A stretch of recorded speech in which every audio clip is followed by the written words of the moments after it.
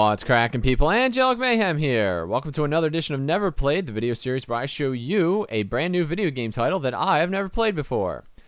Cubetractor is a new 8-bit inspired action puzzle game from indie developer Ludochip. This company is just two dudes working together, but between them they have almost a decade's worth of gaming experience. So I had high expectations going into this review. Let's see if they survived.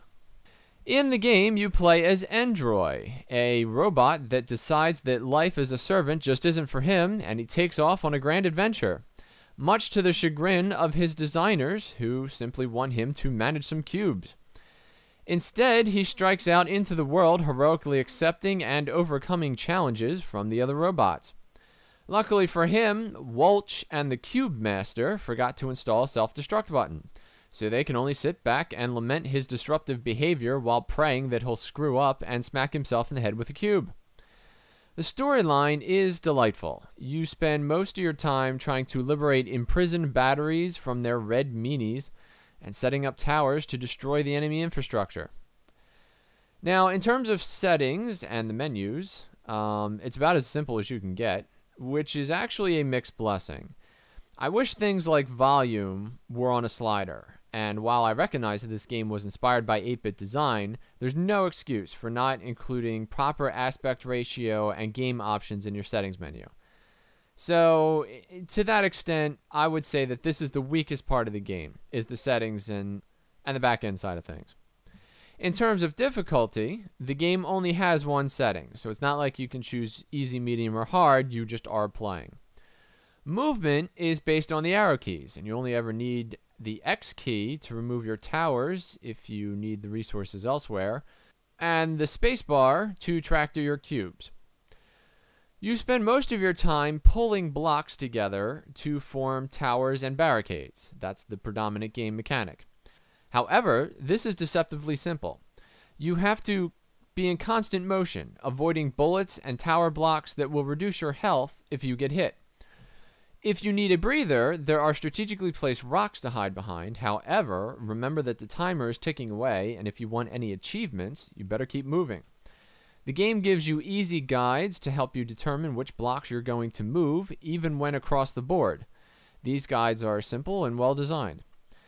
There are no cutscenes, only well-written whimsical dialogue that gives you updates on Endroy's awesome life. Graphically, the game is based on 8-bit designs, so it's very blocky, and the audio is tinty and reminiscent of old NES games. But that works, because the nature of the game is about moving objects across a grid without actually seeing the grid. So the blocky style of the graphics actually helps make this intuitive. Endroy's path to greatness is just that. It's a path. You get a branching path at the start of each round that grants you access to what appears to be a total of 88 different levels. If you want to skip the dialogue, you can simply hit the X button, which bravo to Ludo, because this feature comes in handy later if you want to replay the level. Then you're launched into the level and the timer starts. From there, you must avoid some creeps who you can easily outrun but will aggro you if you get too close. You also must avoid bullets from the towers, any obstacles that are in the way, like water, and the very blocks that you're trying to manipulate, as they are always flying straight at you until you move out of the way. Sounds easy, right? Well, it's not. There's a lot going on at once, and each level is designed to put you into the crossfire of multiple elements. Though only being at most 4 or 5 minutes in length, the levels are hectic, and they get your pulse pumping. And there are times where you see the level at the beginning and you think, oh, this one will be easy. And then it turns out you have to kind of rethink your entire strategy later on, because in theory your plan sounded great, but in practice they were absurd. Replayability is going to be all about the timer. The game actually remembers each time for each level. So you can go back to any of the levels and replay them.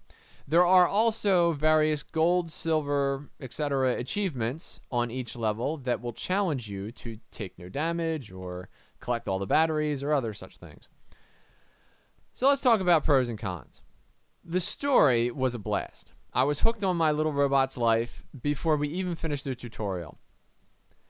Gameplay is fast and tricky. This is not a cakewalk by any stretch of the imagination, and you're going to earn your way to the end of this game. Sometimes, the simplest solution is to pull 5 cubes into a tower and destroy it. But because you are always thinking about building towers and blockades and, trying to manipulate these blocks, sometimes levels that take 5 minutes actually could have only taken 30 seconds if you had just thought about them a little bit differently.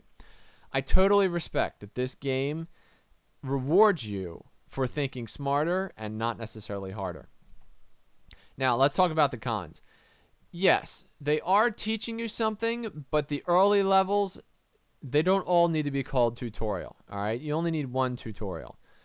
Also, the naming convention of the levels is really odd. I can see where there would be a problem if you were trying to tell a friend later or just trying to remember what the name of the level was that you liked.